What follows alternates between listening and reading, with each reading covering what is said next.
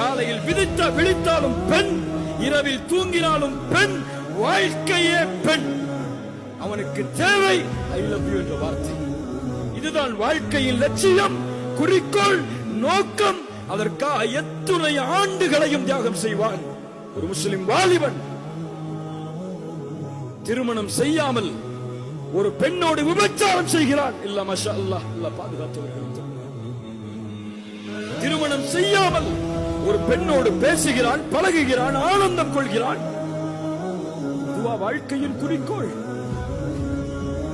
இந்த சமூகத்தை உருவாக்குவதற்காகவா உமர் வாழ்ந்தார்? இந்த சமூகத்தை உருவாக்குவதற்காகவா சுமையா கொல்லப்பட்டார்? இந்த சமூகத்தை உருவாக்குவதற்காகவா தன் செல்வத்தை இழந்து, கண்ணியத்தை இழந்து, ஒரே ஒரு ஆடையோடு கஃன் துணிக்கு கூட வழி இல்லாமல் உமர் இழந்தார்?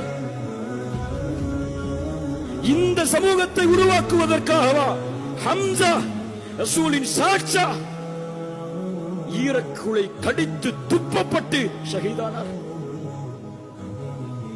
இவர்களுடைய தியாகங்கள் எல்லாம் எதற்கு?